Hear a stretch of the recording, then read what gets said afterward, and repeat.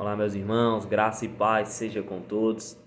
Quero mais uma vez estar aqui compartilhando a mensagem do Senhor para que todos venham meditar nesta palavra e levar consigo para o resto da sua caminhada até que Deus venha. Amém? Quero compartilhar uma palavra que se encontra no livro da Epístola de Paulo ao Gálatas, no capítulo 6, versículo 6, onde diz assim a palavra do Senhor: o que o homem semear, isso também ceifará. Diz assim: mas aquele que está sendo instruído na palavra, faça participante de todas as coisas boas aquele que o instrui. Não vos enganeis, de Deus não se zomba, pois aquilo que o homem semear, isso também ceifará. Porque o que semeia para a sua própria carne, da carne colherá a corrupção, mas o que semeia para o Espírito, do Espírito colherá a vida eterna. E não nos cansemos de fazer o bem, porque a seu tempo ceifaremos, se não desfalecermos.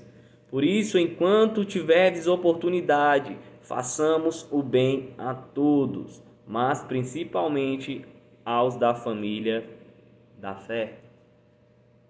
Essa passagem, Paulo, ele quer nos lembrar, ele quer nos alertar, para que nós não venhamos nos enganar quanto à justiça divina, à justiça de Deus.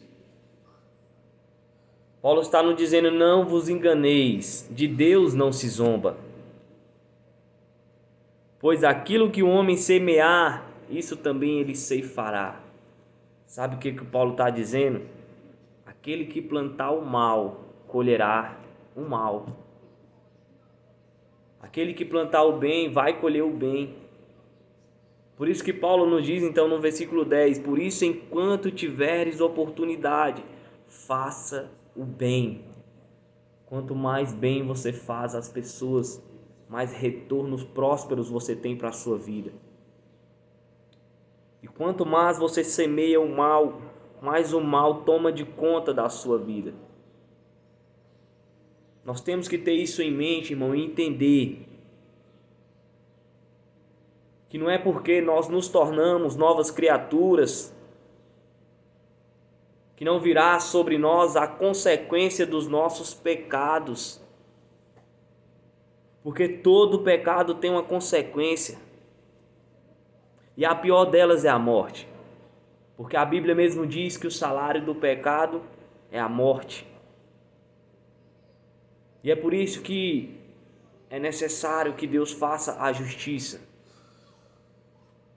Por isso que temos que plantar o bem para colher o bem e não colher a maldição para a nossa vida. Porque independente se você cometeu alguma coisa no seu passado, mesmo que você se torne uma nova criatura na presença do Senhor, isso não se torna, irmão, não nos torna invioláveis.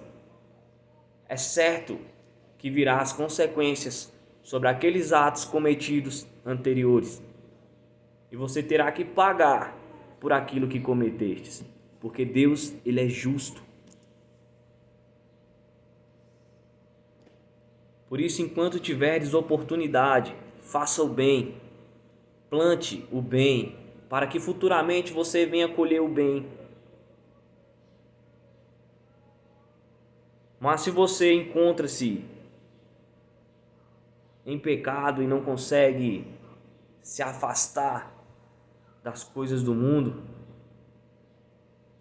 peça ao Senhor, porque Ele diz: pedi, pedi, dá-se-vos-á.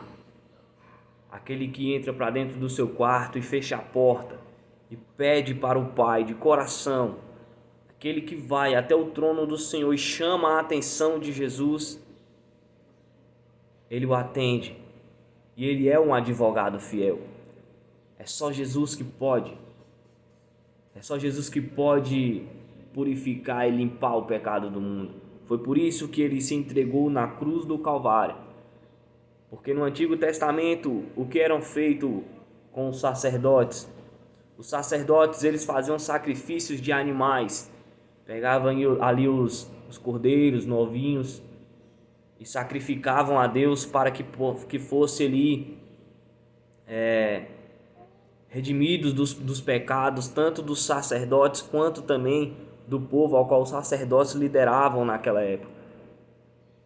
Então eles faziam sacrifício para remissão de pecados. Só que hoje, graças a Jesus, que se entregou na cruz do Calvário, ele é o Cordeiro fiel e ele derramou o seu sangue puro e carmesim para que você possa hoje desfrutar da graça de Deus e da misericórdia de Deus. Hoje você pode ter os seus pecados perdoados graças a um sangue que foi derramado de uma vez por todas na cruz do Calvário. E hoje não é necessário mais sacrifício de animais, de derramamento de sangue. Não é necessário mais fazer não é necessário fazer esse ritual que era constantemente feito pelos sacerdotes. Derramamento de sangue para remissão de pecados, perdão de pecados, porque Jesus veio para se entregar por mim e por você, de uma vez por todas, e aniquilar o pecado do mundo. E você hoje, se tiver de coração sincero e pedir perdão para o Senhor, Ele o perdoará. E você terá acesso a morar com Ele na eternidade. É por isso que Ele diz, no livro de Hebreus 4, 13 e 16, nada em toda a criação está oculto aos olhos de Deus. Tudo está descoberto e exposto diante dos olhos daquele que havemos de prestar contas. Portanto, visto que temos um grande sumo sacerdote que adentrou aos céus, Jesus, o Filho de Deus, apeguemo-nos com toda firmeza à fé que professamos, pois não temos um sumo sacerdote que não possa se compadecer das suas fraquezas, das nossas fraquezas, mas sim alguém como nós passou todo tipo de tentação aqui na terra, porém sem pecado. Assim, aproximemo-nos do trono da graça com toda a confiança, a fim de sabermos que a misericórdia de Deus e a graça nos ajudem no momento da necessidade. Buscai em primeiro lugar o reino de Deus e a sua justiça, e as demais coisas serão acrescentadas. Nós temos um sumo sacerdote que subiu aos céus e hoje é o nosso advogado fiel, e graças a ele, hoje nós temos os nossos pecados aniquilados, graças a essa redenção do Senhor Jesus. 2 Coríntios 5, 17 e 20. Portanto, se alguém está em Cristo, é nova criação. As coisas antigas já passaram, eis que surgiram coisas novas. Tudo isso provém de Deus, que nos reconciliou consigo mesmo por meio de Cristo e nos deu o ministério da reconciliação, ou seja, que Deus em Cristo estava reconciliando consigo o mundo, não levando em conta os pecados dos homens, e nos confiou a mensagem da reconciliação com Cristo. Portanto, somos embaixadores de Cristo, como se Deus estivesse fazendo o seu apelo por nosso intermédio. Por amor a Cristo suplicamos, reconcilie-se com Deus. Hoje nós podemos nos reconciliar com o Senhor, graças a Jesus. Deus te chama para se reconciliar com Ele. E esquecermos o pecado. O que passou, passou. Hoje serás nova criatura na presença de Deus. Assim como Ele fez com Paulo e tirou as escamas dos olhos de Paulo. Muitos olhavam para Paulo, que ainda se chamava Saulo, depois foi mudado seu nome para Paulo, porque Paulo foi um homem escolhido por Jesus. Paulo era perseguidor da igreja de Cristo. Paulo tinha escamas sobre os seus olhos e não conseguia enxergar este Jesus. E Paulo, ele era a última pessoa a qual os judeus e hebreus do Antigo Testamento, eles acreditariam ali que seria um pregador do Evangelho, pois Paulo matava e perseguia a igreja. Paulo viu Estevão ser apedrejado E Paulo ali, ele dava força para aquele pessoal que estavam ali tacando a pedra. Era como se Paulo estivesse incentivando matar Estevão. Paulo cometeu vários homicídios, matando cristão. E olha só o que Deus fez. Foi lá e pegou aquilo que para o homem era impossível e tornou possível. E tornou Paulo um grande pregador do evangelho, fazendo com que ele escrevesse metade aqui do Novo Testamento. Foi escrito pelas mãos de Paulo. Paulo se tornou um grande pregador do evangelho de Jesus. Jesus então muda o quadro da vida do Paulo. E ele passa de ser um perseguidor para um propagador do evangelho de Jesus. O evangelho da cruz. É isso que Jesus faz nas nossas vidas. E é por isso que ele te chama para se reconciliar com ele. É por isso que ele te chama para se arrepender dos seus pecados e voltar para com ele. Porque a Bíblia diz no livro de Jó, capítulo 14, versículo 7, porque há esperança para a árvore cortada. Porque ela mesma ainda cortada, ainda se renovará ao cheiro das águas. Ainda que a árvore seja cortada ao toco, ainda há esperança. Mesmo que tudo diga que não, que você não vai conseguir, que o seu ministério parou, mesmo que todos apontem o dedo e diga já era, caiu, não volta mais, Jesus ainda te dá uma nova chance.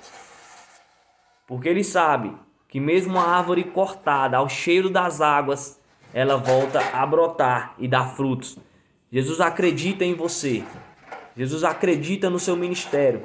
Jesus acredita na sua pessoa, no seu caráter e na sua mudança. Porque Jesus sabe que você é um escolhido para com ele. Levantais a sua cabeça e ide em direção da promessa que o Senhor tem para com a sua vida. Não desista. Sabemos que teremos aflição, pois ele mesmo disse, no mundo tereis aflição, mas também ele diz, eu venci o mundo. Ele venceu o mundo, foi por mim e por você. E é por isso que você tem que levantar a sua cabeça e começar a caminhar em direção ao Senhor. Deixar o mundo de lado, esquecer tudo aquilo que passou e viver uma nova história para a sua vida. Escrever uma nova história para você. Jesus, ele está de braços abertos te esperando. Como assim? Ele conta a parábola do filho pródigo.